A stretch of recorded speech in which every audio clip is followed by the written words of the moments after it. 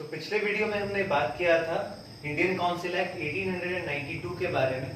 और आज जो इस वीडियो में जिस टॉपिक के बारे में बात करेंगे तो वो हम बात करेंगे Indian council act 1909, 1919, government of India act 1935 और इंडियाज इंडिपेंडेंस एक्ट 1947 के बारे में बात करेंगे। और कॉन्स्टिट्यूशनल डेवलपमेंट ऑफ इंडिया जो मेरा टॉपिक चल रहा है वो आज इस वीडियो में एंड हो जाएगा। तो इस अगर एक्ट के बारे में अगर हम पढ़ें, इंडियन काउंसिल एक्ट 1909 के बारे में अगर पढ़ें तो इसे एक और नाम से जाना जाता है, वो है मॉर्ले मिंटो रिफॉर्म के नाम से भी जाना जाता है। तो इसे इसलिए नाम से क्यों जाना जाता है तो इसको समझना पड़ेगा थोड़ा सा।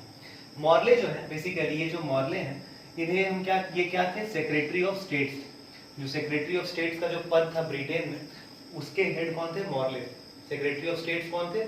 मॉर्ले थे। और ये मिंटो कौन थे? तो ये वाइसराय ऑफ इंडिया थे। कौन थे? Viceroy of India.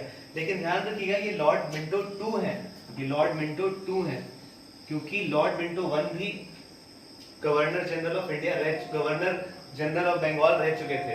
तो ये क्या है? Lord Minto 2। तो कभी कभी ऑप्शन दे देता है कि जब 1909 का एक्ट आया था तो उस टाइम वाइसराय कौन थे। तो एक ऑप्शन में आपको मॉर्ले दे देगा, एक लॉर्ड मिंटो 1 दे देगा, एक लॉर्ड मिंटो 2 दे देगा, तो वो थोड़ा कंफ्यूजिंग एरिया हो जाता है।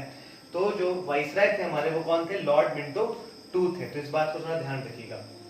अब ये बेसिकली बात क्या है, इस एक्ट के अंदर प्रोविजंस क्या क्या है, इसको थोड़ा समझने की कोशिश करते हैं। और इसका अगर थोड़ा बैकग्राउंड को देखें तो वो भी अगर समझते हैं कि 1905 में जब बंगाल पार्टीशन वगैरह हो गया था तो सिचुएशंस बहुत ही टेंस्ड थी, सिचुएशन बहुत ज्यादा टेंस्ड थी। और उसके बाद मुस्लिम लीग का भी स्टैब्लिशमेंट हुआ, मुस्लिम लीग भी ढाका में बनाई गई, ढाका में उसका स्टैब्लिशमेंट किया गया था। और बेसिकली अगर हम पूछा है कभी कभी क्वेश्चन, अगर डीप क्वेश्चन आपसे पूछ सकता है कि ये रिफॉर्म लाने में कौन से भारतीय का एक तरह से इनडायरेक्ट अगर योगदान रहता है, इनडायरेक्ट उनका अगर योगदान है तो वो जाता है गोपाल कृष्ण गोखले। गोपाल कृष्ण गोखले, गोपाल कृष्ण गोखले बेसिकली ये ब्रिटेन गए थे मॉर्ले से इन्होंने एक मीटिंग फिक्स की थी। उस मीटिंग में इन्होंने बहुत सारी चीजों के बारे में डिस्कस किया था। तो उन सारे जो पॉइंट्स उस मीटिंग से निकल कर आए थे उस पॉइंट्स का भी एक तरह से जिक्र इस 1909 के एक्ट में बहुत सारे प्रोविजंस में देखने को मिलता है।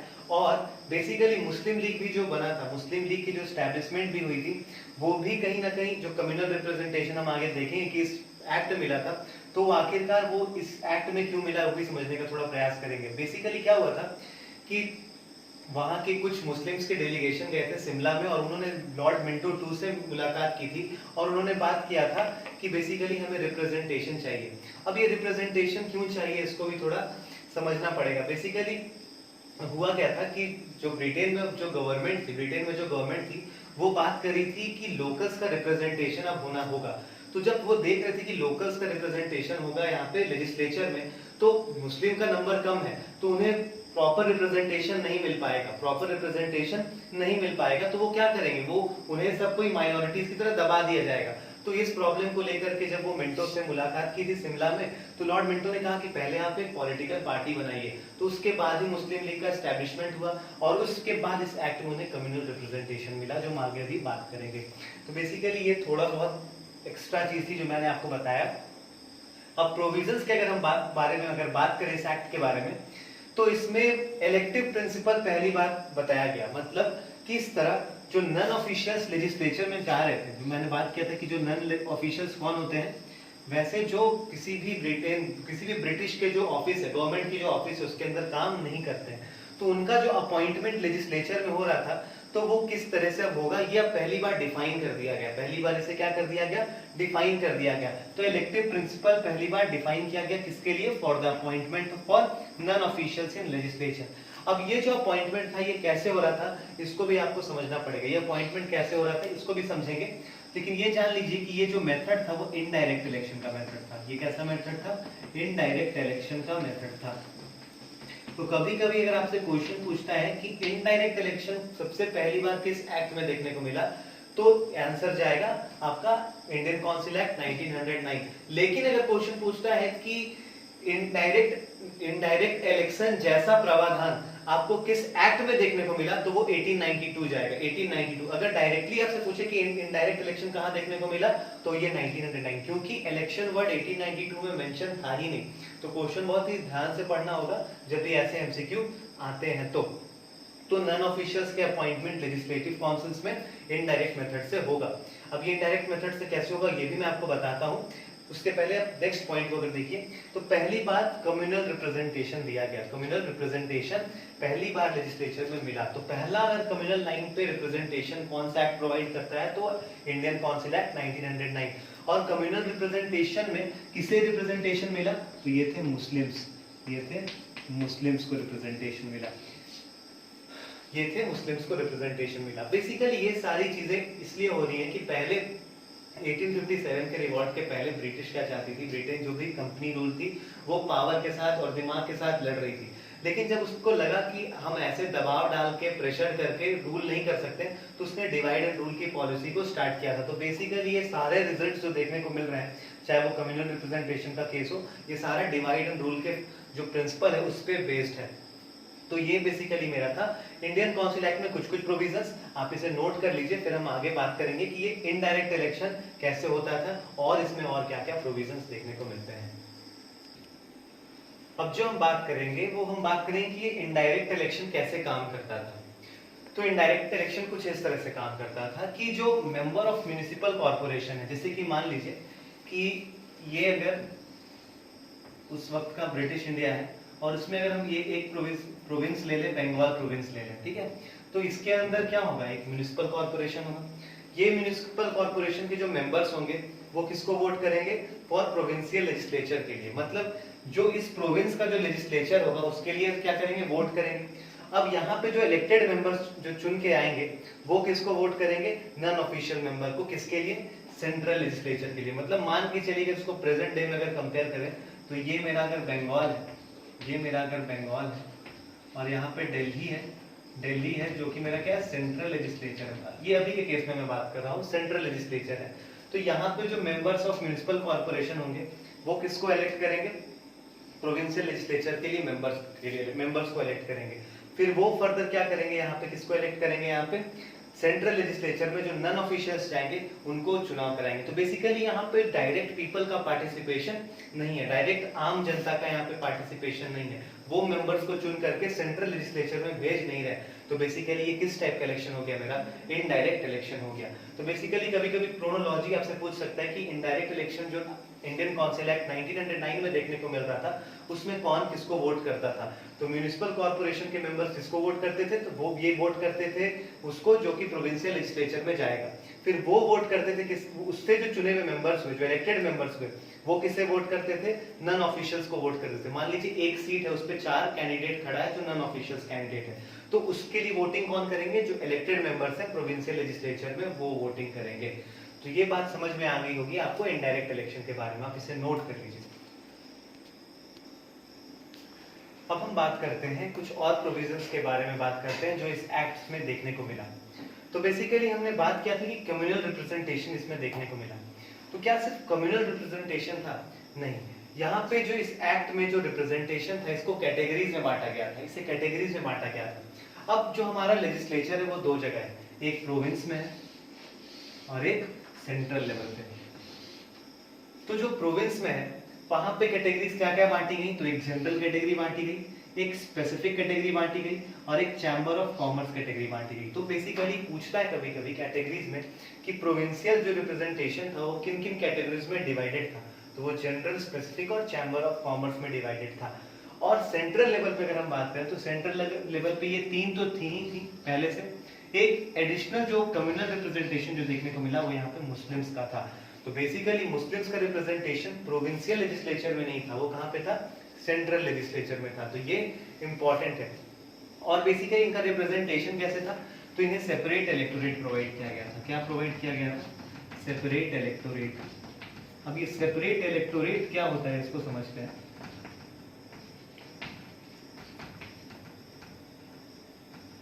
सेपरेट इलेक्टोरेट, इस सेपरेट इलेक्टोरेट में बेसिकली क्या होता है कि जिस एरिया में मुस्लिम्स का पॉपुलेशन है, जहां लगता है ऐसा कि वहां से मुस्लिम्स ही ज्यादा है, तो वहां से एक मुस्लिम कैंडिडेट ही खड़ा होगा और कोई जनरल कैंडिडेट खड़ा नहीं हो सकता है। पहला पॉइंट तो ये। और दूसरी बात, जो कैंडिडेट मुस्लिम का खड़ा हुआ है उसे वोट भी सिर्फ मुस्लिम ही देगा। मतलब अगर एरिया में, अगर मान लीजिए एक पर्टिकुलर किसी भी एरिया में वहाँ पे मिक्स्ड पॉपुलेशन है लेकिन मुस्लिम्स का नंबर ज्यादा है, तो वहाँ पे रिप्रेजेंटेशन करने का पावर किसे दिया जाएगा, रिप्रेजेंट होने का पावर किसे दिया जाएगा, तो वो मुस्लिम को दिया जाएगा। मतलब मुस्लिम वहां से रिप्रेजेंट होगा।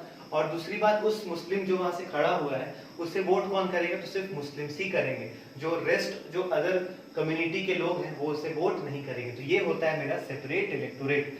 तो यहाँ से क्वेश्चन बस सिंपल, बहुत बार एक ही क्वेश्चन पूछा गया है कि मुस्लिम्स को किस एक्ट के थ्रू कम्युनल रिप्रेजेंटेशन दिया गया, तो वो था इंडियन काउंसिल एक्ट 1909। और किस टाइप का इलेक्टोरेट प्रोवाइड हुआ, तो सेपरेट इलेक्टोरेट प्रोवाइड हुआ। ये बात मेरी। और इसमें अगर प्रोविजंस के बारे में बात करें तो इसमें एक और इंपॉर्टेंट प्रोविजंस है, वो ये है कि गवर्नर जनरल एग्जीक्यूटिव काउंसिल में, गवर्नर जनरल एग्जीक्यूटिव काउंसिल में जो मेरा ये था गवर्नर जनरल एग्जीक्यूटिव काउंसिल 5+1, और ये वाई मेरा लेजिस्लेटिव काउंसिल का पार्ट था। तो ये जो 5+1 है, ये जो 5+1 में जो एक लॉ मेंबर है, एक जो लॉ मेंबर है, ये पहली बार ये एक इंडियन थे। पहली बार ये कौन थे, फर्स्ट लॉ मेंबर, जो कि क्या थे, इंडियन थे। तो एक तो सवाल ये हुआ कि पूछता है कि गवर्नर जनरल एग्जीक्यूटिव काउंसिल में पहली बार कौन से इंडियन को अपॉइंटमेंट मिला और किस एक्ट के थ्रू मिला, तो वो था 1909 का एक्ट के थ्रू। और कहां पे अपॉइंटमेंट मिला, ऐसा लॉ मेंबर मिला, और वो कौन थे, तो सत्येंद्र प्रसाद सिन्हा। तो फर्स्ट इंडियन लॉ मेंबर भी आपसे क्वेश्चन पूछता है तो वो कौन होंगे, सत्येंद्र प्रसाद सिन्हा। और पहले लॉ मेंबर जो किस एक्ट के थ्रू आए, तो वो पूछता है 1909 के एक्ट के थ्रू आए। ये इसको ध्यान रखिएगा थोड़ा, ये इंपॉर्टेंट है, आप इसे नोट कर दीजिए। फिर जो एक दो प्रोविजंस और है मैं उसे भी आपको बताता हूँ। अब हम बात करते हैं कुछ और प्रोविजंस के बारे में बात करते हैं। तो इसमें एक और प्रोविजंस ये था कि जो मेंबर्स ऑफ लेजिस्लेटिव काउंसिल्स थे,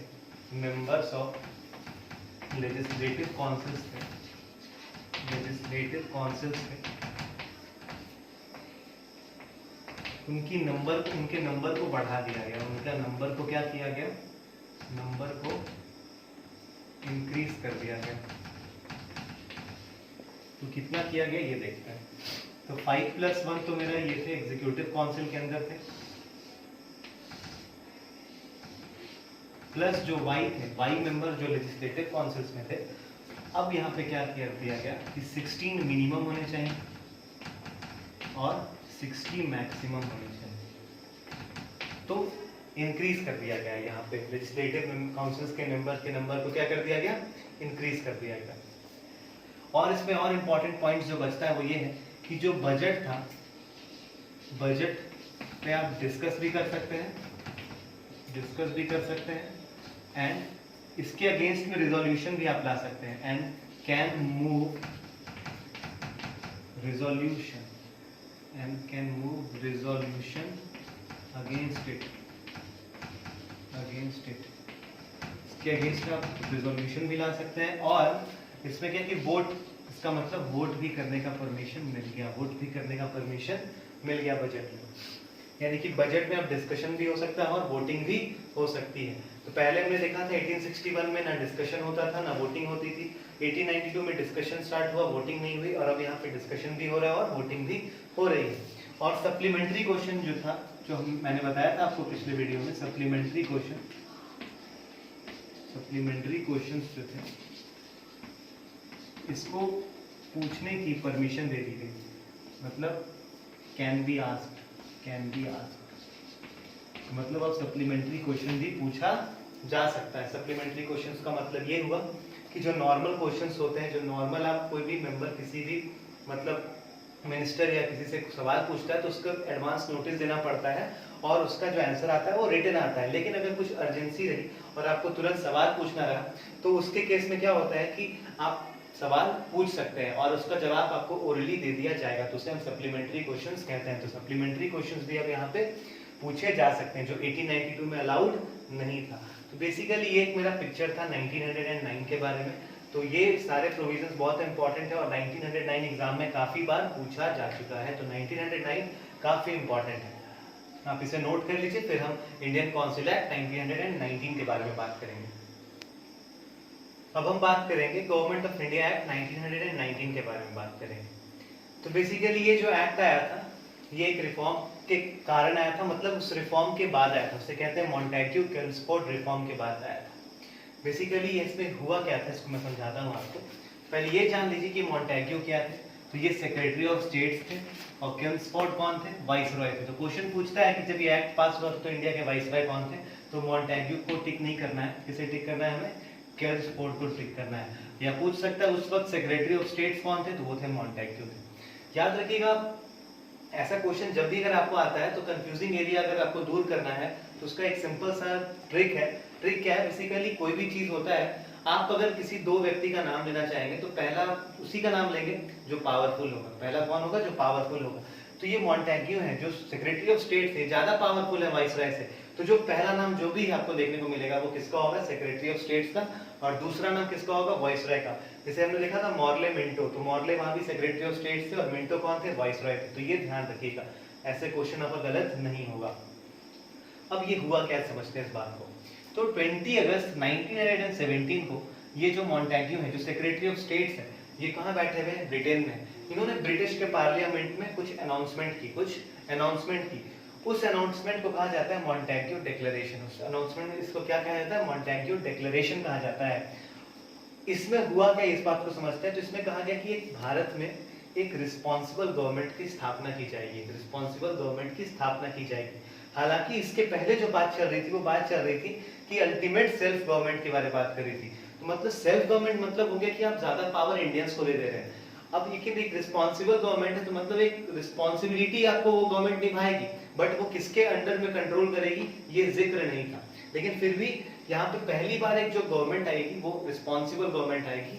तो जो मॉडरेट्स है, क्योंकि मॉडरेट संविधान में चेंजेस ला करके बदलाव लाना चाहते थे, तो क्योंकि चेंज पॉजिटिव चेंज आया, एक रिस्पॉन्सिबल गवर्नमेंट का स्थापना हो रहा है, तो इसलिए उन्होंने इसे अगस्त डिक्लेरेशन से भी कहा, इसे अगस्त डिक्लेरेशन भी कहा, और इसे इस डिक्लेरेशन को इसे मैग्ना कार्टा ऑफ इंडिया भी कहते हैं, मैग्ना कार्टा ऑफ इंडिया भी कहते हैं। तो कोई क्वेश्चन पूछ सकता है कि कौन से एक्ट में पहली बार रिस्पॉन्सिबल गवर्नमेंट का जिक्र किया गया। तो रिस्पॉन्सिबल गवर्नमेंट का पहली बार जिक्र गवर्नमेंट ऑफ इंडिया एक्ट 1919 में किया गया। अधिकतर क्या होता है कि 1935 हम टिक करके आते हैं क्योंकि मेजर चेंजेस वहां पे देखने को मिलते हैं, लेकिन नहीं, पहली बार रिस्पॉन्सिबल गवर्नमेंट का जिक्र कहां देखने को मिला, यहाँ पे देखने को मिला, गवर्नमेंट ऑफ इंडिया एक्ट 1919 में देखने को मिला। और कभी कभी क्वेश्चन पूछ देता है कि रिस्पॉन्सिबल गवर्नमेंट से पहले क्या डिक्लेरेशन था। तो एक्चुअल डिक्लेरेशन था अल्टीमेट सेल्फ गवर्नमेंट, जिसे बाद में बदल दिया गया था, परिस्थितियों को देखते हुए। तो बेसिकली ये कुछ बेसिक्स बैकग्राउंड थे जो इस रिफॉर्म से रिलेटेड थे, आप इसे नोट कर लीजिए, फिर हम इसके प्रोविजंस के बारे में बात करेंगे। अब इसके कुछ प्रोविजंस के बारे में अगर हम बात करें तो देखते हैं क्या प्रोविजंस हैं। तो इसमें सबसे पहली बात डायरेक्ट इलेक्शन जो था इंट्रोड्यूस किया, कंसेप्ट है जो डायरेक्ट इलेक्शन का इंट्रोड्यूस किया गया। इसका मतलब अब जो आम जनता है वो अपने मेंबर्स को लेजिस्लेचर में ले जाकर के बैठाएगी। तो जो डायरेक्ट इलेक्शन का जो कंसेप्ट है वो यहाँ से क्या होता है, इंट्रोड्यूस किया जाता है। तो क्वेश्चन बहुत डायरेक्ट आता है कि जो concept of direct election was introduced in which act. तो ये है गवर्नमेंट ऑफ इंडिया एक्ट 1919, ठीक है। या फिर क्वेश्चन ये नहीं देके ऑप्शन दे देता है आपको मॉन्टेग्यू किल्सफोर्ड रिफॉर्म भी दे देगा इनडायरेक्ट क्वेश्चन में, ठीक है।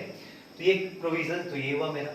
दूसरा प्रोविजन है कि प्रीएम्बल अलग से कर दिया गया, प्रीएम्बल एक अलग से इंट्रोड्यूस किया गया, प्रीएम्बल का कंसेप्ट इंट्रोड्यूस किया गया। प्रीएम्बल बेसिकली आपको पता है तो क्या होता है कि जो भी आपका संविधान है, जो भी आपका संविधान, उस संविधान का जो भी आपका फिलॉसफी है या फिर जो भी आप उसके जो कोर प्रिंसिपल है जिसको लेकर के आप उसको फॉलो करने वाले हैं, जो अपने देश में इंप्लीमेंट करने वाले हैं, आपका प्रिंसिपल्स क्या है, वो बेसिकली वो प्रीएम्बल बताता है कि आपका देश किस तरह का देश है, आप किस चीजों को मानते हैं, किस चीजों को मानते नहीं। बस सिंपली एक तरह का वो बेसिक एक समरी, एक सार है, जो पूरे कॉन्स्टिट्यूशन का सार कौन बताता है, प्रीएम्बल बताता है, ठीक है। तो प्रीएम्बल जो सेपरेट प्रीएम्बल कब किया गया, तो ये 1919 में किया गया।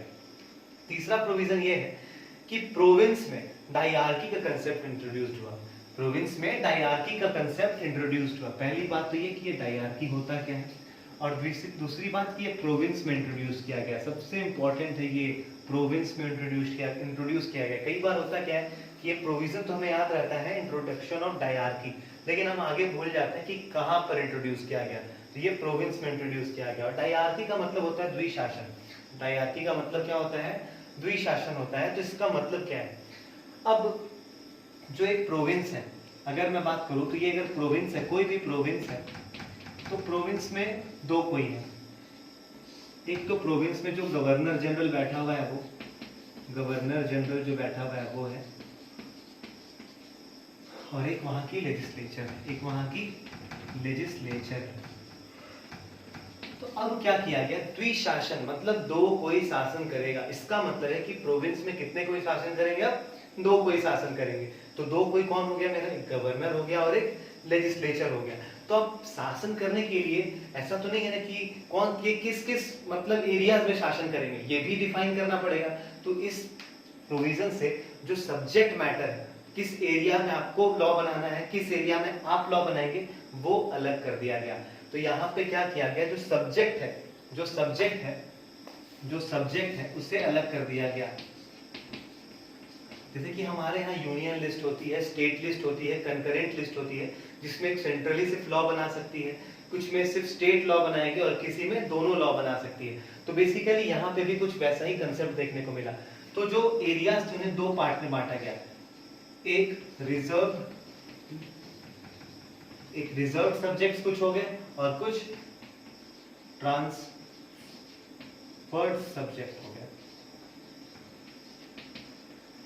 कुछ रिजर्व हो गए और कुछ ट्रांसफर्ड हो गए, कुछ रिजर्व हो गए और कुछ ट्रांसफर्ड सब्जेक्ट देखने को मिले। तो रिजर्व सब्जेक्ट का जो पावर था वो किसे दे दिया गया? गवर्नर को दे दिया गया। और ट्रांसफर सब्जेक्ट का पावर किसे दे दिया गया? लेजिस्लेचर को दे दिया गया। अब ट्रांसफर सब्जेक्ट में आते क्या थे?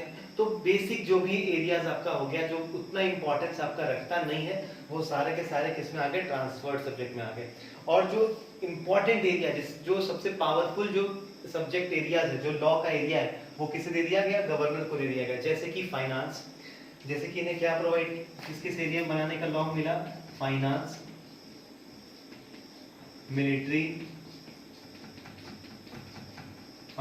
मिलिट्री, ये सारे जो एरियाज आपको देखने को मिलेंगे, इस पे लॉ कौन बनाएगा? तो गवर्नर जनरल बनाएगा।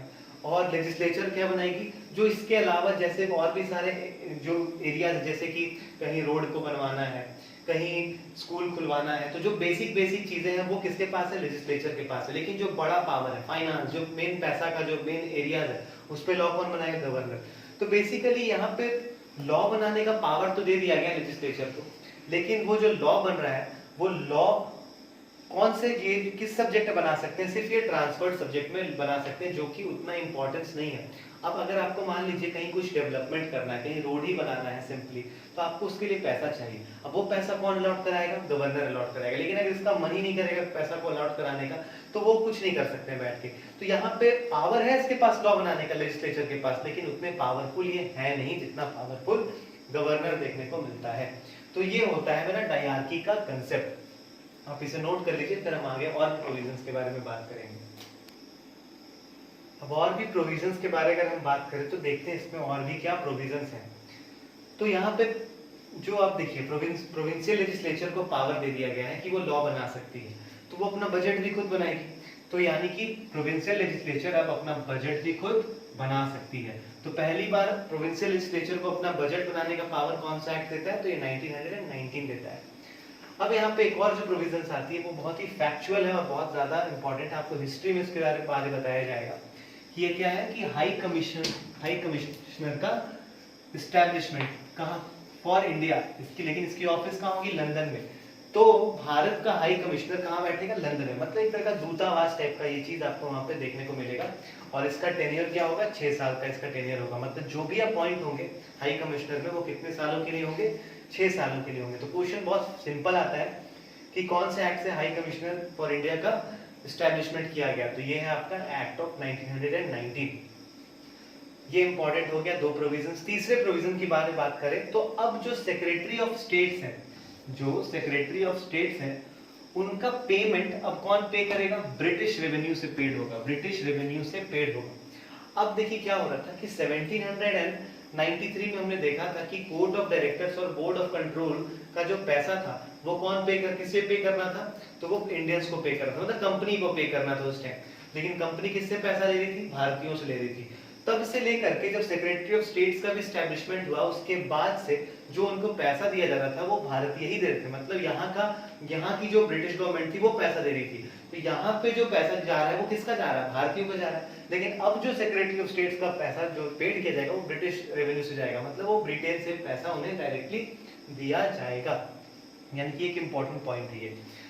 और इसमें जो सबसे इंपॉर्टेंट पॉइंट जो क्वेश्चन बहुत बार पूछा गया है कि बाइकैमरलिज्म कब इंट्रोड्यूस किया गया, तो ये एक्ट ऑफ 1919 में इंट्रोड्यूस किया गया। और कहाँ इंट्रोड्यूस किया गया, सेंट्रल लेजिस्लेचर में इंट्रोड्यूस किया गया। अब ये होता क्या है इसको समझते हैं। तो इसमें कुछ नहीं है, लेजिस्लेचर अब दो पार्ट में डिवाइड हो जाएगी। जैसे आज डेट में हमारा पार्लियामेंट दो सदनों में बटा हुआ है, एक लोकसभा और राज्यसभा में बटा हुआ है। तो उस समय भी जो लेजिस्लेचर था उसे दो पार्ट में बांट दिया गया। हम देखते हैं अभी कि वो क्या दो पार्ट थे। वो दो पार्ट क्या थे, एक को लेजिस्लेटिव असेंबली कहते हैं और एक को काउंसिल ऑफ स्टेट्स कहते हैं। एक को लेजिस्लेटिव असेंबली कहते हैं और एक को काउंसिल ऑफ स्टेट्स कहते हैं। तो अब देखेंगे इसके बाद कि लेजिस्लेटिव असेंबली में कौन कौन है और काउंसिल ऑफ स्टेट्स में कौन कौन है, कितने मेंबर्स लेजिस्लेटिव असेंबली में है, कितने मेंबर काउंसिल ऑफ स्टेट्स में है। और हम देखेंगे कि विमेन का एंट्री कहाँ पे, लेजिस्लेटिव असेंबली में है या काउंसिल ऑफ स्टेट्स में है। तो यहाँ पे बाइकैमरलिज्म का इंट्रोडक्शन कहाँ पे होता है, एक्ट ऑफ 1919 के थ्रू होता है, वो भी कहाँ, सेंट्रल लेजिस्लेचर में। प्रोविंशियल लेजिस्लेचर में अभी लेजिस्लेचर बटा नहीं है, प्रोविंशियल लेजिस्लेचर में सिर्फ एक ही सदन होगा, लेकिन सेंट्रल लेवल पे दो सदन आपको देखने को मिलेगा। तो आप इसे नोट कर लीजिए, फिर हम आगे बात करते हैं। अब हम देखते हैं कि बाइकैमरलिज्म जो है सेंट्रल लेजिस्लेचर में वो कैसे काम करती है और इसे क्या कहते हैं। जिसे दो पार्टों में बांटा गया, एक को लेजिस्लेटिव असेंबली कहा गया और एक को काउंसिल ऑफ स्टेट्स कहा गया। एक को क्या कहा गया, काउंसिल ऑफ स्टेट्स कहा गया। तो जो लेजिस्लेटिव असेंबली है उसे हम लोअर हाउस कह सकते हैं और काउंसिल ऑफ स्टेट्स मेरा क्या है, अपर हाउस। तो अगर प्रेजेंट सिनेरियो में अगर कंपेयर करें तो ये लेजिस्लेटिव असेंबली आज के डेट में हमारी लोकसभा है और ये काउंसिल ऑफ स्टेट वो क्या है, राज्यसभा है। अब देखिए कि इसमें कितने मेंबर्स थे, ये कभी कभी क्वेश्चंस पूछता है। तो लेजिस्लेटिव असेंबली में टोटल 145 मेंबर्स थे। टोटल कितने मेंबर्स थे, 145 थे। और काउंसिल ऑफ स्टेट्स में टोटल 60 मेंबर्स थे। अब इसमें से क्या सारे के सारे मेंबर्स इलेक्ट होके आते थे या कुछ नॉमिनेट होके आते थे। तो जो इलेक्ट होके आते थे वो 104 थे, उनकी संख्या 104 थी। और जो नॉमिनेट होके आते थे उनकी संख्या 41 थी, सिमिलरली जो 60 मेंबर्स थे यहाँ पे उसमें 34 इलेक्ट होके आते थे और 26 नॉमिनेट होके आते थे। इसका मतलब ये है कि जो ये इलेक्ट होके आ रहे हैं ये कौन से मेथड को बता रहा है, डायरेक्ट इलेक्शन के मेथड को बता रहा है। और ये जो नॉमिनेट आ रहे हैं इसमें कुछ नॉन ऑफिशियल्स होंगे, वो किस मेथड से आ रहा है, ये इनडायरेक्ट मेथड से आ रहा है। मतलब रिप्रेजेंटेशन जो हो रहा है मेंबर्स का हाउसेस में, चाहे वो लोअर हाउस हो चाहे अपर हाउस हो, वो कैसा तरीके से हो रहा है, डायरेक्ट तरीके से भी हो रहा है और इनडायरेक्ट तरीके, दोनों तरीकों से हो रहा है। अब अगर टेन्योर की बात करें कि एक मेंबर अगर इलेक्ट होके जाता है या नॉमिनेट होके जाता है तो कितने सालों तक वहां पे रहेगा, तो लेजिस्लेटिव असेंबली केस में वो 3 साल तक रहेगा और जो काउंसिल ऑफ स्टेट्स है उसमें वो 5 साल तक रहेगा। मतलब यहाँ पे टेन्योर किसका है, 5 साल हो गया काउंसिल ऑफ स्टेट्स का और यहाँ पे 3 साल हो गया। विमेन की एंट्री लेजिस्लेटिव असेंबली में है, मतलब विमेन यहाँ पे रिप्रेजेंट कर सकती हैं, लेकिन विमेन की एंट्री काउंसिल ऑफ स्टेट्स में नहीं है। तो बेसिकली ये एक फैक्चुअल डेटा है, इसमें कुछ ज्यादा कुछ है नहीं, बस आपको इतना समझना है कि कितने इलेक्टेड थे, कितने नॉमिनेटेड थे और टेन्योर क्या है और विमेन की एंट्री कहाँ थी। तो ये बेसिकली फैक्चुअल डेटा है जो आपको याद रहना चाहिए एग्जामिनेशन से पहले। तो बेसिकली ये था मेरा बाइकैमरलिज्म का प्रिंसिपल, आप इसे नोट कर लीजिए, फिर हम आगे जो कुछ 1-2 प्रोविजंस और बचे उसे हम बात करते हैं। जो और कुछ प्रोविजंस है उन्हें हम देखते हैं। तो बेसिकली मैंने अभी आपको बताया था कि 1919 में वोटिंग बजट में आप कर सकते थे। तो बेसिकली 1919 में बजट में वोटिंग नहीं थी, उसे आप रेक्टिफाई सुधार लीजिएगा। बजट में जो वोटिंग करने का जो प्रोविजन स्टार्ट हुआ वो 1919 से स्टार्ट हुआ। 1909 में जो मैंने बात किया कि बजट पे आप डिस्कशन कर सकते हैं, उसके अगेंस्ट में रिजोल्यूशन ला सकते हैं। मतलब अगर बजट में आपको कुछ चेंजेस लाना है तो वो आप चेंजेस ला सकते हैं, लेकिन वोटिंग करने की आपको परमिशन नहीं दी जाएगी। वोटिंग करने का परमिशन अब आता है किसमें, 1919 में। तो इसे आप सुधार लीजिएगा। तो बजट में 2 पार्ट बांटा गया, एक वोटेबल पार्ट और एक नॉन वोटेबल पार्ट। कि कुछ पार्ट में आप वोट कर सकते हैं और कुछ पार्ट पे वोट नहीं किया जाएगा।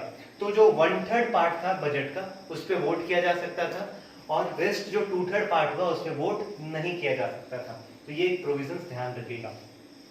उसके बाद जो इसमें और कुछ इंपॉर्टेंट प्रोविजन आता है वो ये है कि यहाँ पे पब्लिक सर्विस कमीशन का एस्टैब्लिशमेंट किया गया। पब्लिक सर्विस कमीशन का एस्टैब्लिशमेंट किया गया। तो क्यों किया गया होगा? क्योंकि डिमांड उस टाइम ये थी, जो कांग्रेस की हमारी मॉडरेट्स थी, उनके डिमांड था कि जो आईसीएस का एग्जाम जो लंदन में होता था, तो लंदन में जाकर के एग्जाम देना पॉसिबल नहीं होता था, बहुत दूर थी और उस टाइम हमारे पास कोई इतने अच्छे साधन हुआ नहीं करते थे कि हम तुरंत जाकर एग्जाम दे दें, काफी टाइम लग जाता था। तो उसमें डिमांड आई थी कि आईसीएस का एग्जाम भारत में हेल्ड किया जाए। तो एग्जाम को कोई भी अगर कराएगा तो उसके लिए एक बॉडी उसको एग्जाम कराएगी, तो इसलिए वहां पे क्या एस्टैब्लिश किया गया? पब्लिक सर्विस कमीशन का एस्टैब्लिशमेंट किया गया।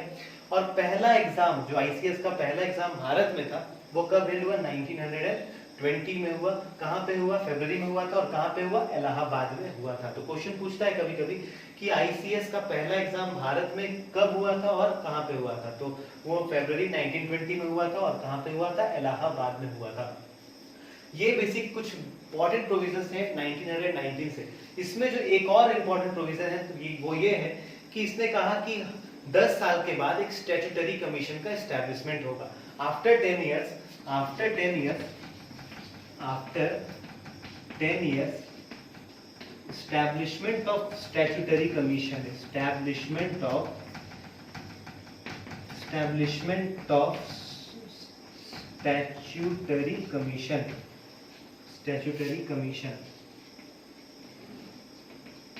ये कमीशन 10 साल के बाद एक स्टैट्यूटरी कमीशन का एस्टैब्लिशमेंट होगा। और कहा गया कि इसका एस्टैब्लिशमेंट क्यों किया जाएगा? तो ये रिव्यू देगा रिव्यू किसके लिए रिव्यू देगा? तो ये एक्ट के बारे में बताएगा कि ये जो एक्ट 1919 का लाया गया, ये 10 साल में इसका फंक्शनिंग कैसा रहा, इसमें क्या ये जो फंक्शनिंग प्रॉपर्ली कर पाया नहीं कर पाया, इसमें क्या सुधार की आवश्यकता है, ये सारी चीजों को रिव्यू करने के लिए बोला गया कि 10 साल के बाद एक स्टैट्यूटरी कमीशन का एस्टैब्लिशमेंट किया जाएगा। वो इस एक्ट को क्या करेगी? रिव्यू करेगी। तो हुआ ये कि 1919 में ये एक्ट पास हुआ और अगला जो स्टैट्यूटरी कमीशन आना चाहिए था वो कब आना चाहिए था? 1929 में आना चाहिए था। लेकिन 1927 नवंबर 1927 में ही क्या हो गया? जो ब्रिटिश पार्लियामेंट है उसने कमीशन का एस्टैब्लिशमेंट कर दिया और उस कमीशन में टोटल 7 मेंबर्स थे और वो 7 के 7 मेंबर्स ब्रिटेन के थे, मतलब ब्रिटिशर्स थे। 7 के 7 मेंबर्स कौन थे? ब्रिटिशर्स थे। और उनका जो हेड था वो सर साइमन उसके हेड थे, तो इसलिए उनके नाम पे उस कमीशन का नाम पड़ा, साइमन कमीशन का नाम पड़ा। तो एक्चुअली में आना चाहिए था ये 1929 में, बट ये कमीशन भारत पहुंचता है नवंबर 1927 में इसका अराइवल होता है। अब 2 साल पहले जब इसका अराइवल होता है तो काफी विरोध होता है इस कमीशन का। विरोध होने का कारण ये होता है कि पहली बात तो ये एक्ट पास हुआ है ब्रिटिश पार्लियामेंट इस एक्ट को लाई थी 1919 वाला। अब इस एक्ट को रिव्यू भी कौन कर रहा है? ब्रिटिशर्स कर रहे हैं। तो जो यहाँ के भारतीय थे उन्होंने कहा कि ये कुछ ज्यादा चेंजेस हमारे लिए लाएंगे नहीं, जो हमारी डिमांड्स उनको ये फुलफिल नहीं करेंगे। क्यों? क्योंकि इस कमीशन में कोई भी भारतीय नहीं है। इनका डिमांड था कि आप कमीशन लाइए, कोई दिक्कत नहीं, 2 साल पहले भी आइए, चलेगा, लेकिन उसमें भारतीयों का होना अति आवश्यक है। लेकिन फिर भी कमीशन आई, कमीशन ने यहाँ पे रिव्यू भी दिया और 1930 में इसने अपना रिपोर्ट को सबमिट किया। तो जो कमीशन आई थी उस कमीशन का नाम था साइमन कमीशन नाम था उस कमीशन का। ये आई कब थी? भारत में पहुंची थी नवंबर 1927 में ये भारत पहुंची और इसने रिपोर्ट को सबमिट कब किया? इसने रिपोर्ट को सबमिट किया 1930 में ये रिपोर्ट सबमिट की। 1930 में रिपोर्ट जब सबमिट की तो इसने कुछ सुझाव भी दिए, कुछ रिकमेंडेशन भी इसने दिए।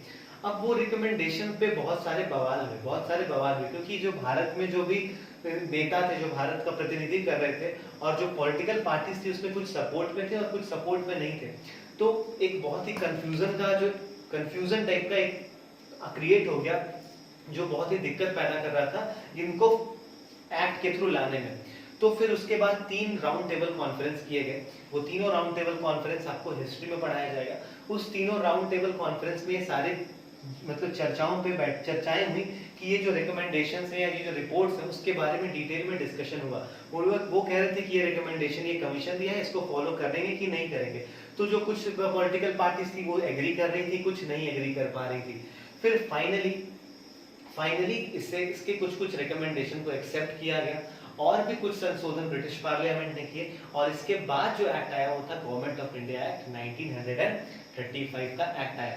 उसमें हम देखते हैं कि क्या क्या रिकमेंडेशन साइमन कमीशन के उसके अंदर आए, और उसके अंदर और भी क्या क्या नया जो चेंजेस आए जो ब्रिटिश पार्लियामेंट ने लाए। तो आप ये जो मेरा कंप्लीट पिक्चर था वो 1919 का था। अब जो हम पढ़ेंगे गवर्नमेंट ऑफ इंडिया एक्ट 1935। तो आप इसे नोट कर लीजिए। तो हम बात कर रहे थे गवर्नमेंट ऑफ इंडिया एक्ट 1919 के बारे में बात कर रहे थे। तो गवर्नमेंट ऑफ इंडिया एक्ट 1919 में मैंने बताया कि एक प्रोविजंस आई थी जिसमें 10 साल के बाद एक स्टैट्यूटरी कमीशन का एस्टैब्लिशमेंट करना था, बट वो कमीशन 2 साल पहले ही एस्टैब्लिश की गई। तो बेसिकली मैंने आपको बताया था कि अभी की 27 नवंबर 1927 को वो जो कमीशन थी वो ब्रिटिश पार्लियामेंट ने उस समय बनाया था उसे, और वो भारत पहुंची थी 1928 फरवरी में पहुंची थी। तो ये भी आप सुधार लीजिएगा, एक फैक्चुअल एरर था ये। और एक मेरा प्रोविजन और रह गया था 1919 में, वो ये था कि जो कम्युनल रिप्रेजेंटेशन था इसे 1919 में भी बढ़ाया गया था। तो वो अब किसके लिए बढ़ाया गया था? तो वो वहां पे बढ़ाया गया था सिख्स के लिए बढ़ा दिया गया था, सिखों के लिए बढ़ा दिया गया था, क्रिश्चियंस के लिए बढ़ा दिया गया था, फिर आपका एंग्लो इंडियंस के लिए बढ़ा दिया गया था, ठीक है। और कुछ और भी मेंबर्स थे जो ब्रिटिश के मेंबर्स थे उनके लिए बढ़ाया गया था। तो ये ध्यान रखिएगा कि जो कम्युनल रिप्रेजेंटेशन था वो क्रिश्चियन सिख के लिए कहाँ बढ़ाया गया था? तो ये 1919 में बढ़ाया गया था। तो एक प्रोविजन आप वहाँ ऐड कर सकते हैं। अब हम बात करते हैं गवर्नमेंट ऑफ इंडिया एक्ट 1935 के बारे में बात करते हैं। तो गवर्नमेंट ऑफ इंडिया एक्ट 1935 में बहुत ज्यादा इंपॉर्टेंट प्रोविजन है और क्वेश्चन बहुत बार पूछे गए हैं। ये खुद में एक बहुत बड़ा एक्ट है, लेकिन हमें सिर्फ उतना पढ़ना जो एग्जाम में पूछा जाएगा, क्योंकि सारे एक्ट्स के प्रोविजन आप याद नहीं कर सकते। हमने जितने एक्ट्स पढ़े उसमें सिर्फ उतने ही प्रोविजंस नहीं थे, और भी प्रोविजंस हैं, बहुत सारे प्रोविजंस हैं, लेकिन हमें पढ़ना सिर्फ उतना है जो एग्जाम में पूछा जा सकता है। सबसे इंपॉर्टेंट प्रोविजन इसमें यह था कि इसने बोला कि एक ऑल इंडिया फेडरेशन का एस्टैब्लिशमेंट किया जाए, establishment of all India federation, all India federation का एस्टैब्लिशमेंट किया जाए, जिसके पार्ट कौन होंगे? प्रोविंसेस होंगे और प्रिंसली स्टेट्स होंगे। तो पूरे देश में बेसिकली कौन है? पूरे देश में बेसिकली कौन कौन है? तो पूरे देश में कुछ प्रिंसली स्टेट्स है जहाँ पे किंग और क्वीन लोग रूल कर रहे हैं, और कुछ प्रोविंसेस है, और कुछ क्या है? प्रोविंसेस है। तो ये दोनों मिलके क्या कंस्टिट्यूट करेंगे? Federation, all India federation. क्या कंस्टिट्यूट करेंगे? ऑल इंडिया फेडरेशन कंस्टिट्यूट करेंगे। तो ये एक इंपॉर्टेंट प्रोविजन ये था कि ऑल इंडिया फेडरेशन का एस्टैब्लिशमेंट का कंसेप्ट कहां से आता है? गवर्नमेंट ऑफ इंडिया एक्ट 1935 से आता है। लेकिन ये कभी ऑल इंडिया फेडरेशन बन नहीं पाया, लेकिन ये ऑल इंडिया फेडरेशन कभी प्रैक्टिकली बन नहीं पाया, ठीक है, ये भी ध्यान रखिएगा। दूसरा जो इंपॉर्टेंट प्रोविजन है वो ये है कि डायरार्की जो प्रोविंस में थी उसे रिप्लेस किया गया डायरार्की एट सेंटर। मतलब जो प्रोविंस में हमने डायरार्की देखा जिसमें 2 सब्जेक्ट में डिवाइडेड था, जो 2 सब्जेक्ट में यहाँ पे डिवाइडेड था वो क्या क्या था? एक रिजर्व्ड और एक ट्रांसफर्ड। तो इससे हटा दिया गया। अब ये डायरार्की कहाँ पे आ गई? सेंटर पे आ गई। ये डायरार्की कहाँ पे आ गई? सेंटर पे आ गई। तो ये ध्यान रखिएगा कि डायरार्की यहाँ भी एग्जिस्ट करता है, लेकिन यहाँ कहाँ पे एग्जिस्ट करता है? सेंटर पे एग्जिस्ट करता है। और इस एक्ट 1935 में प्रोविंस में आपको डायरार्की नहीं है, तो ये भी ध्यान रखिएगा।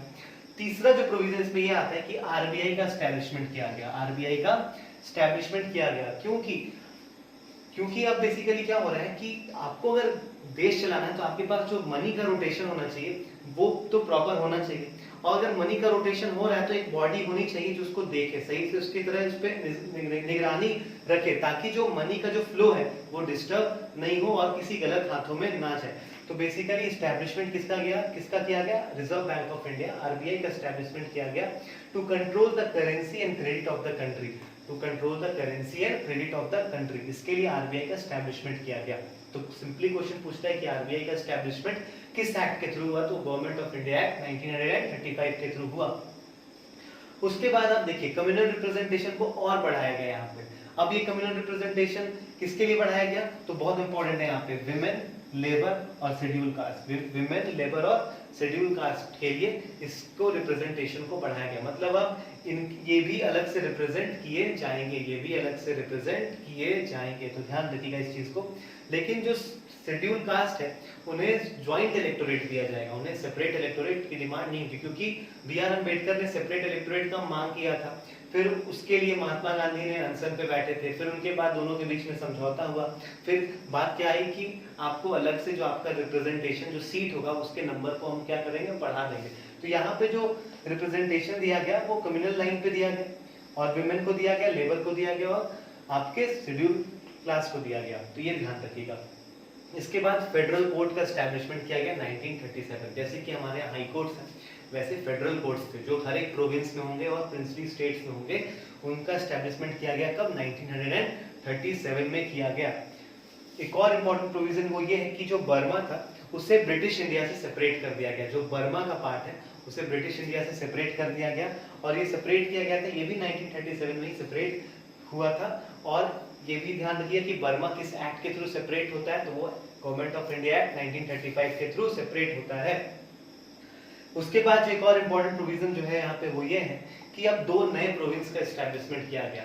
वो क्या क्या थे, सिंध और आपका उड़ीसा का नया एस्टैब्लिशमेंट किया गया। पहले उड़ीसा बिहार प्रोविंस का पार्ट था। बिहार और बंगाल, पहले बंगाल के अंदर में बिहार भी आता था और उड़ीसा भी आता था।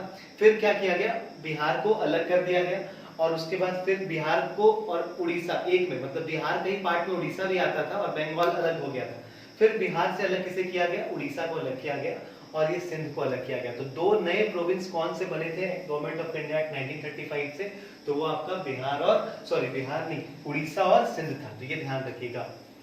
उसके बाद बाईकैमरलिज्म था। अब ये बाईकैमरलिज्म पहले सेंट्रल लेवल पे तो था ही, 1919 से ही हमने देखा। अब इसे प्रोविंस में भी लाया गया। अब इसे कहाँ लाया गया, प्रोविंस में भी लाया गया। तो उस टाइम तक टोटल 11 प्रोविंस थे पूरे भारत में। टोटल कितने प्रोविंस थे, 11 प्रोविंस थे, जिसमें से सिर्फ 6 ही प्रोविंस में बाईकैमरलिज्म देखने को मिला। तो बेसिकली ये जो 6 प्रोविंस थे इसमें आपका कौन कौन आ जाता है, तो इसमें आपका बंगाल आ जाता है, मद्रास आ जाता है, बॉम्बे आ जाता है, Bengal, Madras, Bombay, Bihar, Assam and United Province UP का पार्ट, यूनाइटेड प्रोविंस। तो बेसिकली ये 6 में ही बाईकैमरलिज्म थी। मतलब इसके अलावा अगर आपको ऑप्शन में सिंध दे देता है, उड़ीसा दे देगा, तो वहां पे बाईकैमरलिज्म नहीं था। तो ये 6 का नाम आप ध्यान रखेंगे। तो बेसिकली ये था मेरा एक overall picture government of India act 1935 के बारे में। इससे ज्यादा क्वेश्चंस कुछ और भी आ सकते हैं, तो वो आपको हिस्ट्री का पार्ट होगा। Basically polity point of view से इससे ज्यादा important government of India act 1935 में नहीं है, तो इसे आप ध्यान रखिएगा, तो नोट कर लीजिए। फिर हम अपना आखिरी एक्ट पढ़ेंगे जो है इंडिया इंडिपेंडेंस एक्ट 1947, इसे नोट कर लीजिए। अब हम बात करेंगे जो हमारा आखिरी एक्ट है, इंडिया इंडिपेंडेंस एक्ट 1947। तो 1935 के बाद ऐसा नहीं कि डायरेक्टली 1947 का एक्ट आया, उसके बीच में 1935 टू 1947 के बीच में बहुत सारे डेवलपमेंट देखने को मिले। तो वो सारा डेवलपमेंट जो है वो आपका हिस्ट्री का पार्ट होगा। वहाँ पे हिस्ट्री में आपको बताया जाएगा कि 1935 से 1947 में क्या क्या डेवलपमेंट्स किए गए। इस एक्ट के थ्रू क्या किया गया, तो बेसिकली ये एक्ट बेसिकली हमें आज़ादी प्रोवाइड करता है। ये क्या प्रोवाइड करता है, आज़ादी। तो ये बेसिकली कहा कि इंडिया होगा वो एक इंडिपेंडेंट होगा और सोवरेन नेशन होगा। कब, 15 अगस्त 1947। मतलब जो डेट है 15 अगस्त 1947 वो कहाँ से आता है, वो इस एक्ट के थ्रू से आता है। इस डेट से भारत जो होगा वो आजाद हो जाएगा और सोवरेन हो जाएगा, मतलब अपना लॉ वो खुद बना सकता है। उसके बाद क्या किया गया, ये जो ऑफिस ऑफ वॉइसरॉय था इसे अबॉलिश कर दिया गया। ऑफिस ऑफ वॉइसरॉय क्या था, अबॉलिश कर दिया गया। लेकिन governor general was appointed for each dominion. Governor general लेकिन अपॉइंटेड, जैसे कि उस टाइम भारत का 2 विभाजन किया गया, भारत और पाकिस्तान किया गया। बट कहा गया कि जब तक आप अपना संविधान नहीं बना लेते हैं, जब तक आप अपना संविधान प्रॉपर नहीं बना लेते हैं, तब तक आप पे एक तरह से निगरानी करने के लिए कौन रहेगा, एक गवर्नर जनरल अपॉइंट किया जाएगा, जिसे गवर्नर जनरल ऑफ इंडिया कहेंगे। तो जो first governor general of dominion India अगर आपसे क्वेश्चन पूछता है तो वो कौन थे, लॉर्ड माउंटबेटन थे। वो कौन थे, लॉर्ड माउंटबेटन थे, लॉर्ड माउंटबेटन। माउंटबैटन। तो ये governor general of dominion Indian थे, ठीक है, ठीक है, यानी कि वो आजादी के बाद मतलब 1947 के बाद जो गवर्नर जनरल ऑफ इंडिया का जो पोस्ट है वो कौन थे? लॉर्ड माउंटबैटन थे। तो ये ध्यान में रखिएगा। उसके बाद जो क्राउन का टाइटल पहले हुआ करता था एम्परर ऑफ इंडिया, क्योंकि पहले क्राउन का सुप्रीमेसी बढ़ा था 1858 से। क्राउन डायरेक्टली सारे पावर्स का मतलब क्या कर रही थी? कंट्रोल कर रही थी। तो वो क्राउन अपने आप को एम्परर ऑफ इंडिया कहती थी। अब उस चीज को हटा दिया गया। क्यों? क्योंकि भारत अब एक सोवरेन नेशन हो चुका है, वो अपना लॉ खुद बना सकता है। तो बेसिकली ये 2-3 प्रोविजंस थे। क्वेश्चन बस आपसे मेरे ख्याल से ये प्रोविजन से ज्यादा आने का चांसेस होता है और कुछ नहीं। Governor general was appointed for each dominion, मतलब पाकिस्तान के लिए भी और भारत के लिए भी अपॉइंट किया गया। तो भारत के लिए आपके लॉर्ड माउंटबैटन को अपॉइंट किया गया था।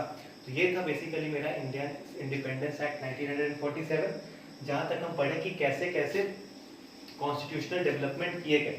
तो एक बेसिक ओवरव्यू हमने लिया और सारे एक्ट्स को पढ़ा जिससे क्वेश्चन डायरेक्टली आते हैं। अब जो हम नेक्स्ट वीडियो में पढ़ेंगे वो हम पढ़ेंगे कि हमारा संविधान कैसे बना, हमारा संविधान कैसे फ्रेम हुआ, उसको संविधान को बनाने में किनका किनका योगदान रहा, और ये इसके जो कंसेप्ट हैं जो कॉन्स्टिट्यूशन के वो प्रोविजंस कहाँ से आए। तो ये सारा पार्ट हम 1 या 2 वीडियो में से कवर अप करेंगे। फिर उसके बाद हम डायरेक्ट आएंगे अपने सारे आर्टिकल्स पे आएंगे, फिर उसके बाद शेड्यूल्स पे आएंगे और पार्ट्स पे आएंगे और बेसिक, फिर वहां से हम ओवरऑल पूरे कॉन्स्टिट्यूशन को कवर अप करने का कोशिश करेंगे। फिर जब कॉन्स्टिट्यूशन में बेसिक हम पार्लियामेंट हो गया, सिटीजनशिप हो गया, फिर fundamental rights, fundamental duties, directive principles of state policies हो गया, जुडिशरी हो गया, एग्जीक्यूटिव हो गया, ये सारे चीजों को कवर अप कर लेंगे। जो बेसिक्स हैं बेसिकली जो वो पूछे जाते हैं, स्टेट लेजिस्लेचर, गवर्नर, फिर हाई कोर्ट वगैरह कवर अप जब कर लेंगे तो उसके बाद हम पढ़ेंगे। फिर उसके बाद हम जो पढ़ेंगे वो हम पंचायती सिस्टम को पढ़ेंगे और कुछ जो स्पेसिफिक बॉडीज हैं उनको पढ़ेंगे, जैसे कि इलेक्शन कमीशन के बारे में पढ़ेंगे। फिर उसके बाद नीति आयोग के बारे में पढ़ेंगे, जो स्पेशल बॉडीज हैं उसके बारे में हम कुछ स्टडी करेंगे। और फिर मेरा polity overall examination point of view के लिए कवर अप हो जाएगा। और इससे हम करंट डेवलपमेंट में देखेंगे कि करंट सिनेरियो से क्या क्वेश्चंस पूछे जा सकते हैं, उस पर हम एक अलग वीडियो बनाएंगे। तो ये था बेसिकली मेरा आज का वीडियो का part. Thank you very much.